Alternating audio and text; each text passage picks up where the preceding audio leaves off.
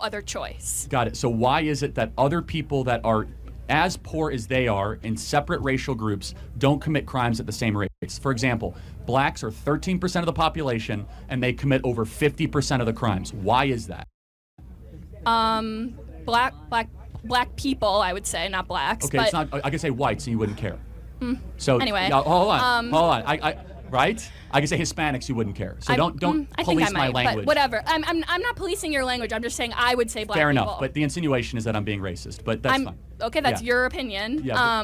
But black Americans are 13% of the population and commit anywhere between 50 to 56% of murders, crimes, carjackings. Why is that? Well.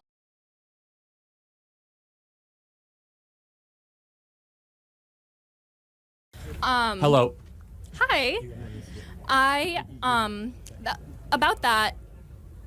Well, first question: why can't marriage be allowed with 2 men or 2 women? That question got me. Yeah. So I mean, allowed and what it is are 2 different things. So again, just strictly from what marriage has always been, is the idea of 2 separate parts coming in a union to be able to have, hopefully, a lifelong partnership to raise kids, adopt kids, or have kids, and to become better versions of themselves. It is the attraction of opposites.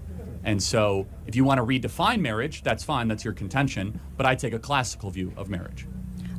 Based on, what is that based on what? The Bible? The natural law. Is that the Bible? Well, natural law is separate than the Bible, but it's harmonic with the Bible, that's correct. Okay. Because what would you say? What is the purpose of marriage? Marriage is like, I love you, you love me. Let's get together. Can a 25-year-old marry an 8-year-old? No. Why? Because that 8-year-old is not ready. They got it. So at some point, so then let's build out your definition more then. Love each other, but also what? What is the purpose? What is the destination of marriage? We are 2 adults. We love each other. Fair enough. Okay, we love each other. End of story. Well, let's give me another thing and maybe I'll add to it. Okay, but is that it? Is it about union, partnership, friendship? I think it's just let's get our taxes good. Let's just get married. I don't think there needs to be some big crazy reason. I'm not attacking you. I think marriage is holy, and by holy I don't just mean in a religious sense. Holy means separate, meaning it should be elevated, it should be celebrated. It's something that is so above the rest, and you just think it's like a tax advantage, and it's fine because actually most Americans agree with you. Yeah. I think marriage is something where we should drop everything. Wow, 2 separate parts have just made a lifelong covenant with one another to learn about the other and to grow with each other, and it's difficult, and I think that we've lost that. I mean, I'm Jewish, and in Judaism there's the when you get married, the religious marriage, and then there's the government marriage. You have to get married twice, basically. So I think what you're talking about is probably the religious marriage, with a priest.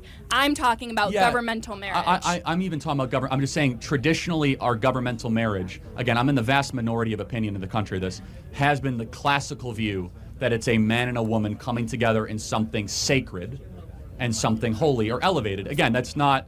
I would say that's just a Christian marriage. It's not necessarily Christian. In Judaism, in traditional rabbinical Judaism, Orthodox, homosexual marriage is not recognized.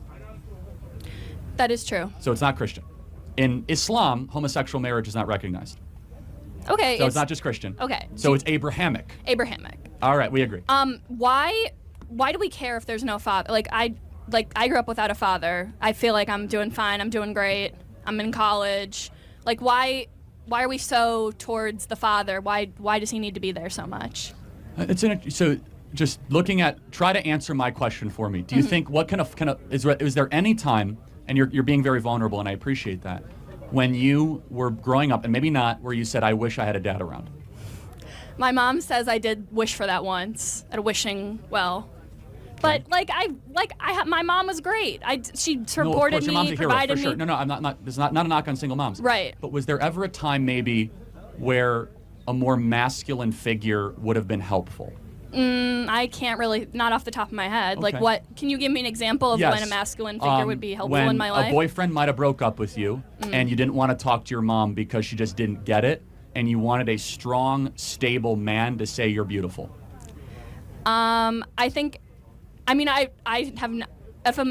if my father was like, "You're beautiful," I, I, that'd be cool. But like, if my mom was also like, "You're beautiful," I don't really see a difference between like my mom saying it and my father saying Wow. it. Okay. Yeah. I don't see the world that way, because there's being a father to a daughter, there's a very unique bond between a father and a daughter, where it's you fall in love again, but not romantic love. You fall in a different type of Greek love, which is called storge, which is a father-daughter love, where you have such affection for this incredible being, and your task is to shepherd that vulnerable, innocent girl through life all the way up until the marriage aisle, to kind of connect the two topics together, right? Wow. Where then you hand it off to another man, because women are worthy of protection. So you're Wow, wow, wow. You know, folks, what Charlie is saying right there is literally anathema to the feminist movement, whether it's the first wave, second wave, third wave, fourth, fifth. I don't know which wave we're on right now. But when he's talking about marriage between a man and a woman, and that's exactly how everybody on this planet thought of it until just a couple of seconds ago. I mean, the Abrahamic, religions, Judaism, Christianity, Islam, they all talk about the union, the sanctity, the holiness, which Charlie basically says, you elevate marriage, and it should be elevated. And it should be something that we all try to attain. The goodness of marriage between a man and a woman. And that's what that's what the definition should be. Now, you want to have anything else, you want to call them civil partnerships, you want to give everybody equal rights, whether, it's same-sex marriage, gay, lesbian, whatever you want to call it. That's okay. I mean, but don't call that a marriage. Marriage should be reserved and specifically. Every word has a meaning. When you try to fill a word with other meanings and attach other meanings to that word, what you're literally doing is diluting it. So does that mean if two men want to get married to two women and there's a foursome and call that a marriage? Well, what's the difference between one man and one woman then? And when then Charlie is talking about the special bond, the special love that a father has for a daughter, that is so absolutely true. I have 3 children, two boys and a girl. My daughter is the youngest. She's my princess. I will always think of her as my princess. She's always going to have that special love. I love them all the same, but there's a separate, there's a difference. And I know even my daughter at this point in time says, Dad, you're hypocrite. You're a hypocrite. Why do you allow, my older brother to stay out till 3 or 4 in the morning, but you give me a curfew? Or why can he go to the store at night, but when I go to the store, you want to go with me? I tell her, all right, fine. In those regards, yeah, maybe I am, but there's a double standard. There is. And unfortunately, she just has to live. As long as she's under my roof and she's not married, my house is a dictatorship. I'll be the dictator of my house. And the co-dictator is my wife. So I didn't want to really get off topic, but what Charlie is talking about, man, are we in agreement? And this girl never had a father for whatever reason. And so doesn't understand that special bond. So she has nothing.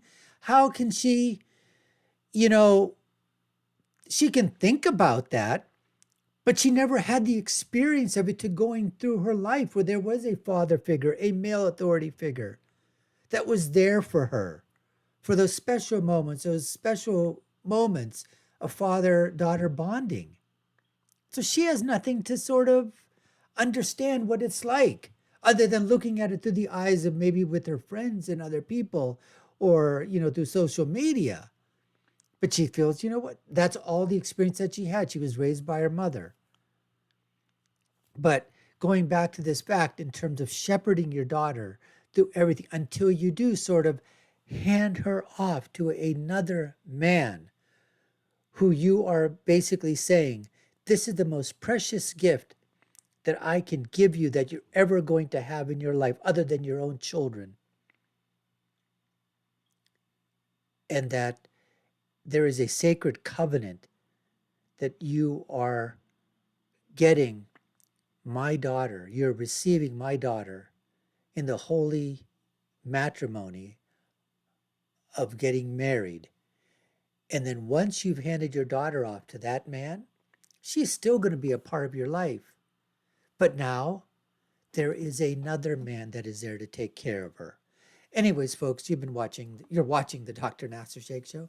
I'm your host, Dr. Nasser. If you haven't done so already, you all know what to do. Subscribe, like, share, and follow if you're getting entertainment from this content. Let's get back to more of Charlie Kirk and this young lady.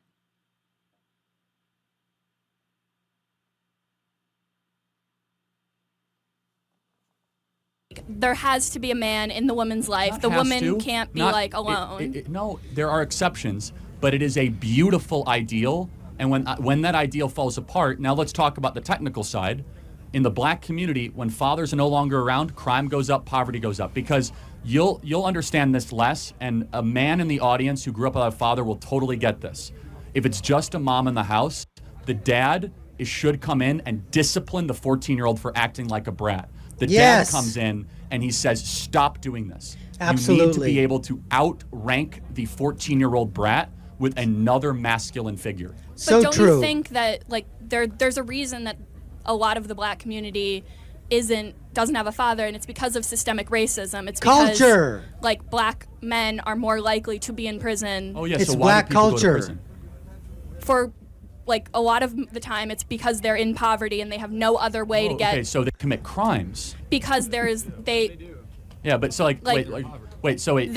So- why do they So wait, if you're commit so crimes? in poverty, we should give excuses for committing crime? Yes, because if they have no Like murder? I did not say murder. I said I'm saying if someone is stealing something because they have no money and there's no jobs. That's so interesting. So you think most crimes are crimes of necessity in the black community? I'm not saying most. So gangbanging is like a crime of necessity? That I literally never said that. I'm saying But you're making an argument of crimes of necessity. Like they're so hungry they can't handle it. I'm talking about crime that has to do with getting food, getting stuff that you need to live. Right, but we have food stamps for I just always ask, where do these white, liberal, elitist, social justice warrior, virtue signaling kids on campus, where are these ideas coming from? We all know where it's coming from, social media and the liberal way that they've been raised, but it is unbelievable how many of them believe, just like this young lady here. Amazing. for anyone that needs it. So that doesn't exist. We have subsidized housing for anyone that needs it. So that doesn't exist. We have free healthcare for any poor person that wants it, called Medicaid. That doesn't exist. We also have welfare, cash, for anyone that wants it. So that doesn't exist. So what is it they're missing that they need to go? Sorry about that. Well, the food, a lot of food stamps might not cover all of what they need, and also housing is there's not unlimited housing. A lot of people who are unhoused have to go to shelters, and then they get kicked out of shelters because there's a mandatory stay limit. So it's not right, you but just get it's not a house. It's not a stuff thing, though, right? It's if you need stuff, there's also tons of charities out there that can provide assistance. Churches, you will not go hungry in this country. You will not starve in this country. Yes, you will. There's No, we have an you've been on obesity State problem. Street? We have an obesity problem, not a starvation problem in this country. What are you talking In about? State Street, if any one of those people went to the local Episcopalian church or Methodist church, they will get fed. I guarantee it. If they go to a local food shelter, they will get fed. Okay, but I'm talking. Yes. Okay, housing. For housing. If we have Section 8 subsidized housing in this country, right? If you want to have a roof over your head, you can have a roof over your head. with thousands of rules and you can't Yes, do of course. Yes. I mean, Like- it's not ideal, but the point is this. So let's just go back to the crime and necessity, right? So why do people commit crimes? I'm not saying why all people commit crimes. I'm saying there are people who commit crimes because they have no other choice. Got it. So why is it that other people that are as poor as they are in Here separate it racial comes. groups don't commit crimes at the same rates? For example, blacks are 13% of the population and they commit over 50% of the crimes. Why is that? Black people, I would say, not blacks. Okay, but it's not. I can say whites and you wouldn't care. So Anyway, now, hold on. Right? I can say Hispanics, you wouldn't care. So don't I think police I my might, language. But whatever. I'm not policing your language. Yes, I'm just you saying are. I would say black Fair people. enough. But the insinuation is that I'm being racist. But that's Yep. Okay, that's Yeah. your opinion. Yeah, but so black Americans are 13% of the population and commit anywhere between 50 to 56% of murders, crimes, carjackings. Why is that? Well, what percentage of the white population is living in the same level of poverty? Got it. So there's twice as many white Americans in poverty as black Americans. Not the same percentage, but still, if you look at white Americans in poverty, they commit far less crimes than black Americans in poverty. Why is that? Maybe it's Yeah, because why is that? when you're in a store, like they follow black people and they don't follow white people. What about murder? rural? No, but why is it that, like, just saying murder, why is it that black people commit so many more white people murders? live in rural Like, that's not, you're being followed in a store and you commit more murders? Yeah. You're making the rule, or I'll get to you in a sec, but Okay, it's not, anyway. it's not a good argument. But let me just go back to one thing you said. Systemic Whatever, you're racism. good. So there's a few things that I think we can bring out from this video. Number one, like the fact that the dialogue between Charlie and this young lady was cordial. Nobody was shouting, nobody was swearing at each other. Nobody, I think, was really being condescending. Another thing we found out is, wow, this young lady has got some liberal, progressive views. And that may be because she was raised by a single mom. And it was just that everybody around her was more liberal than they were conservative.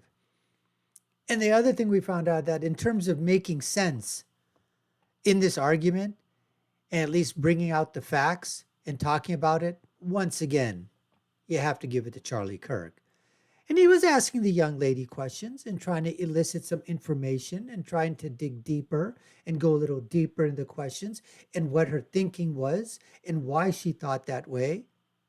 So those are all, and this is the type of dialogue that we need to have. And then at the end, you can either change someone's mind, they could change your mind, or you can basically say, we agree to disagree, but that's the way we're going to leave it. Anyways, folks, we appreciate you taking the time to watch. You've been watching the Dr. Nasser Shake Show. I've been your host. My name is Dr. Nasser. If you've not already, subscribe to the channel, like, share, and follow. You all know what to do.